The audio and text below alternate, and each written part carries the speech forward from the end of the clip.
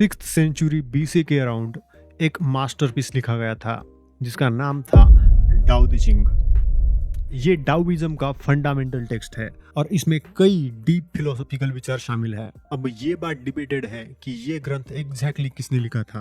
कई लोग मानते हैं कि डाओ दे चिंग के बहुत सारे ऑथर्स रहे हैं, लेकिन कल्चरल और पॉलिटिकल रीजंस की वजह से इसका एट्रीब्यूशन लाओ त्सु को दिया जाता है। कई मानते हैं कि लाओ त्सु एक रियल पर्सन थे, लेकिन कुछ लोगों का मानना है कि लाओ त्सु एक सूडोनिम है। मतलब तुम समझ सकते हो, it's like a pen name. कई ऑथर्स ऐसे होते हैं जो अपनी किताब लिखते वक्त अपना रियल नाम नहीं यूज करते, या फिर आप सिंगर्स या रैपर्स का एग्जांपल ले सकते हो जहाँ पे उनका रियल नाम कुछ और होता है, लेकिन जब वो परफॉर्म करते हैं तब उनका एक स्टेज नेम होता है और उसी स्टेज नेम से उनको पहचाना जाता है। तो कई लोगों का मानना था कि लाओ त्सु भी ऐसा ही एक स्टेज नेम या फिर सूडोनिम है। लेकिन चाइनीज ट्रेडिशन में लाओ त्सु को एक भगवान का दर्जा दिया जाता है, उनको पूजा जाता है। लाओ त्सु का सबसे पहला जिक्र आता है ज्वांगजी में। ये 3rd और 4th सेंचुरी के बीच लिखा गया एक क्लासिक टेक्स्ट था। उसके ऑथर ज्वांगजू से इसका नाम पड़ा था ज्वांगजी।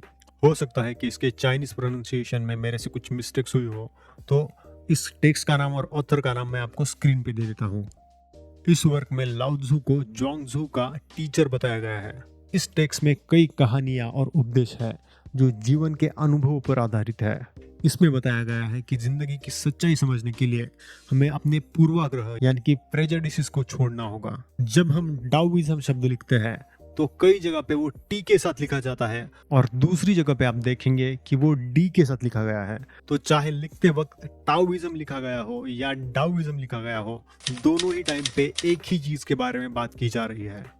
डाओइज्म का उदय 3rd और 4th सेंचुरी बीसी में हुआ था, जब लाओ त्सु और जोंगजी जैसे विचारकों ने अपने विचार साझा किए थे। डाओइज्म का विकास कन्फ्यूशनिज्म और बुद्धिज्म के साथ साथ हुआ। पहले तो ये सिर्फ एक फिलोसॉफी थी, लेकिन समय के साथ साथ उसने एक धर्म का रूप धारण कर लिया। इसमें अनुष्ठान, देवी देवताओं की पूजा और सांस्कृतिक प्रथाओं को शामिल किया गया। डाओ का अर्थ होता है मार्ग, रास्ता या वे। ये एक फंडामेंटल फोर्स होता है जो सारी चीजों को एक साथ जोड़ के रखता है। ये एग्जिस्टेंस का सोर्स और आदर्श है जो पावरफुल होते हुए भी विनम्र है। टे का अर्थ होता है गुण या शक्ति। ये डाओ का एक्सप्रेशन है और ब्रह्मांड में मौजूद सारी चीजों का ये आधार है। डाओइज्म से निकला प्रसिद्ध विचार है वू वे, यानी कि नॉन एक्शन या एफर्टलेस एक्शन। ये एक ऐसी स्टेट होती है जहाँ पे हम यूनिवर्स के नेचुरल फ्लो के साथ बहते हैं। इसमें हम कोई एफर्ट या फोर्स नहीं लगाते। वो स्थिति होती है जिसको हम जनरली फ्लो स्टेट कहते हैं। एथलीट उसको द जोन के नाम से जानते हैं।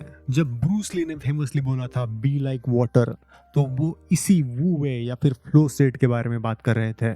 जब एथलीट्स फ्लो स्टेट में होते हैं तो वो बिना किसी एफर्ट के काम करते हैं। वो टाइम और स्पेस में बिना किसी कोशिश के आगे बढ़ते हैं। ये कोई एक्सट्रीम स्थिति नहीं है। यहाँ कोई चिंता नहीं होती, कोई ओवर थिंकिंग नहीं होती और सब कुछ एक नेचुरल तरीके से बहता है।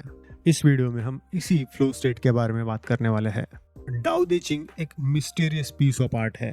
हमें ये तो नहीं पता कि ये लिखा किसने है, लेकिन इस टेक्स्ट ने मानवता के ऊपर एक गहरी छाप छोड़ी है। ये ग्रंथ वर्ल्ड लिटरेचर में बाइबल के बाद सबसे ज्यादा ट्रांसलेट किया गया टेक्स्ट है। डाओइज्म का सार है डाओ के साथ हार्मोनी में जीना। लेकिन सबसे बड़ा सवाल है कि ये डाओ क्या है। अब इसका भी जवाब देना बहुत मुश्किल है, क्योंकि हमारी समझ डाओ की सीमाओं तक ही है। वास्तव में डाओ क्या है ये कोई नहीं जान सकता। इसकी सिर्फ एक कल्पना की जा सकती है। हजारों सालों बाद ये आज भी एक रहस्य बना हुआ है। डाओइस्ट फिलोसोफर्स कहते हैं कि डाओ एक ऐसी शक्ति है जो हमारी समझ के परे है, जिसे हम अपने इंद्रियों से महसूस नहीं कर सकते या जान नहीं सकते, जो कि हम इसे कभी भी जान नहीं सकते या समझ नहीं सकते। हमारा एम होना चाहिए डाओ के साथ जीना। ये स्टोइसिज्म से मिलता जुलता कॉन्सेप्ट है। स्टोइसिज्म के बारे में शायद हम किसी और दिन किसी और वीडियो में बात करेंगे। डाओइज्म की किताबें हमें कोई खास तरीका नहीं देते, लेकिन हम कई क्यूज पा सकते हैं जो पीस ऑफ माइंड, इंद्रियों को काबू में रखने में, हम्बल रहने में और एफर्टलेस एक्शन की ओर पॉइंट करते हैं। अब पीस ऑफ माइंड का मतलब ये नहीं कि हम कहीं आइसोलेटेड आंख बंद करके बैठे रहे। डाओइस्ट मानते हैं कि पीस ऑफ माइंड एक्शन के साथ भी अचीव किया जा सकता है। जब हम वर्तमान में होते हैं, जब हम प्रेजेंट मोमेंट में जीते हैं, तो हमारी एक्शंस आसानी से होती है बिना किसी रुकावट के। डाओइस्ट बोलते हैं कि हम हार्ड वर्क कर सकते हैं, मेहनत कर सकते हैं, बहुत ज़्यादा कोशिश कर सकते हैं, लेकिन इससे होगा क्या? इससे हमारी खुद की एनर्जी वेस्ट हो जाएगी। लेकिन दूसरी तरफ फ्लो में रहने वाला व्यक्ति समझदारी से काम करता है। उसे पता होता है कि मुझे कब एक्शन लेनी है और कब शांत बैठना है। वो व्यक्ति एक्शन और नॉन एक्शन के बीच संतुलन बनाए रखता है। हमें अक्सर सिखाया जाता है कि मेहनत करो, बहुत सारी कोशिश करो, नेवर गिव अप, लेकिन ये डाविज्म के विचारों के खिलाफ है। हम सक्रिय होने के लिए इनकरेज होते हैं, लेकिन इसी बीच में कई लोग एंजाइटी और डिप्रेशन का शिकार हो जाते हैं। इस प्रोसेस में हम खुद को थका रहे होते हैं और हम बर्नआउट से जूझते हैं। हम अक्सर मानते हैं कि हमें हमेशा कुछ ना कुछ तो करते रहना चाहिए और कुछ न करने को हम लेजीनेस के साथ कंफ्यूज कर देते हैं। लेकिन ये दोनों कंप्लीटली अलग चीजें हैं। जब हम प्रकृति को देखते हैं तब कुछ नहीं करने का विचार हमें समझ में आता है। बहुत ज्यादा काम करके और मेहनत करके हमें जो रिजल्ट्स मिलते हैं वो कई बार हमारे खर्च की गई एनर्जी के बराबर नहीं होते। हमें जो रिजल्ट्स मिलते हैं उसके पीछे कई कारण होते हैं और इसमें से बहुत सारे कारण नेचुरल होते हैं। तो सवाल ये आता है कि क्या हमारी प्रॉब्लम्स अपने आप सॉल्व हो जाती है? डाविज्म लाइफ को एक नदी के रूप में देखता है। नदी पहले से एक रास्ता ले चुकी होती है और जब हम उस नदी में होते हैं तो हमारे पास चॉइस होती है कि हम एक तो नदी के बहाव के साथ बह सकते हैं या फिर एक डाली को पकड़ के एक जगह पे रह सकते हैं या फिर हम फ्लो के ऑपोजिट डायरेक्शन में तैर सकते हैं। मोस्ट ऑफ द टाइम्स हम धारा के खिलाफ तैरते हैं and the worst part is हमें ये बात पता भी नहीं होती कि हम फ्लो के ऑपोजिट डायरेक्शन में तैर रहे हैं। हम अपने आसपास की सारी चीजों को कंट्रोल करना चाहते हैं। हमें लगता है कि सरवाइव करने के लिए हमें नेचर के अगेंस्ट फाइट करना जरूरी है, लेकिन ज्यादातर चीजें, चाहे वो हमारे अंदर की चीजें हो या फिर बाहरी दुनिया की चीजें, वो हमारे कंट्रोल में नहीं रहती। बॉडीली फंक्शंस जैसे कि digestion, wound healing, blood flow, इन चीजों को हम कंट्रोल नहीं कर सकते। हम बाकी लोगों को भी कंट्रोल नहीं कर सकते, न ही हम हमारे फ्यूचर को कंट्रोल कर सकते हैं। हम इस चीज को भी कंट्रोल नहीं कर सकते कि हम किसके साथ प्यार में पड़ते हैं। हमारी पर्सनैलिटी भी मोस्टली ए प्रायोरी होती है। मतलब जब हमारा जन्म होता है तभी हमारी पर्सनैलिटी डिसाइड हो जाती है।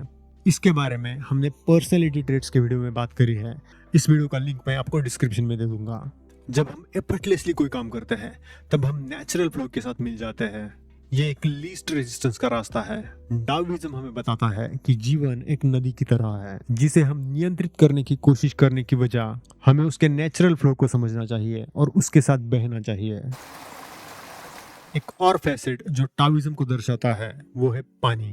पानी को टाविज्म में एक गहरे सिंबलिज्म के रूप में देखा जाता है। पानी फ्लेक्सिबल होता है, वो अपने फॉर्म को बदल सकता है और वो किसी भी फॉर्म को अडॉप्ट कर सकता है। पानी किसी भी स्थिति में ढल सकता है। डाविज्म में इसे लाइफ की डिफिकल्टीज का सामना करने की क्षमता से जोड़ा जाता है। पानी हमेशा नीची जगहों पर रहता है जहां लोग नहीं जाना चाहते। ये हमें सिखाता है कि हमें विनम्र रहना चाहिए और दूसरों की मदद करनी चाहिए। पानी सभी जीवों के लिए फायदेमंद होता है। ये बिना किसी कंपटीशन के सबको पोषण देता है, जिससे ये डाव के सिद्धांतों के सबसे करीब हो जाता है। पानी हमें सिखाता है कि हमें हमारे जीवन में संतुलन बनाए रखना चाहिए। जैसे पानी बिना जल्दी किए अपने रास्ते में जो भी बाधाएं आती है उनको पार करते हुए आगे चलता जाता है, वैसे हमें भी धैर्य के साथ काम लेना चाहिए। वू वे हमें सिखाता है बिना संघर्ष के जीवन जीना, और पानी इसका परफेक्ट एग्जाम्पल है, क्योंकि पानी बिना किसी प्रयास के अपने पाथ पे बहता जाता है। अगर आपने कभी फ्लो स्टेट का अनुभव किया है तो आप पाओगे कि जब आप फ्लो स्टेट में होते हो तब एक चीज गायब हो जाती है, और वो चीज है कि हम रिजल्ट्स की चिंता करना छोड़ देते हैं। और जब हम फ्लो स्टेट से थिंकिंग स्टेट में जाते हैं तब हम काम पे फोकस करने के बजाय रिजल्ट्स की चिंता करते हैं।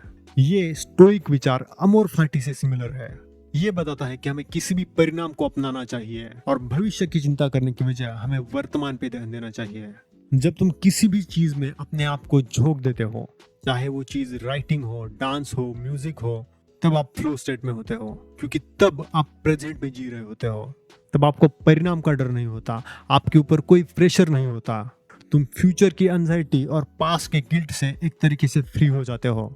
यहाँ सिर्फ आप और आपका काम होता है। आप पूरी तरीके से वर्तमान में होते हैं, और इसे अचीव करने का एकमात्र तरीका है चीजों को लेट गो करना, चीजों को छोड़ देना। छोड़ना मतलब धारा के खिलाफ तैरना बंद करना और केवल इसी मोमेंट पे कंसंट्रेट करना। टाविज्म में एक और इंटरेस्टिंग और इम्पोर्टेंट कॉन्सेप्ट है, दैट इज यिन यांग। इसके बारे में हम नेक्स्ट वीडियो में बात करेंगे। तब तक वीडियो को लाइक कर दीजिए, इस चैनल को सब्सक्राइब कर दीजिए और बेल आइकन को प्रेस कर दीजिए, ताकि जब मैं नया वीडियो अपलोड करूं आप तक नोटिफिकेशन पहुंच जाए।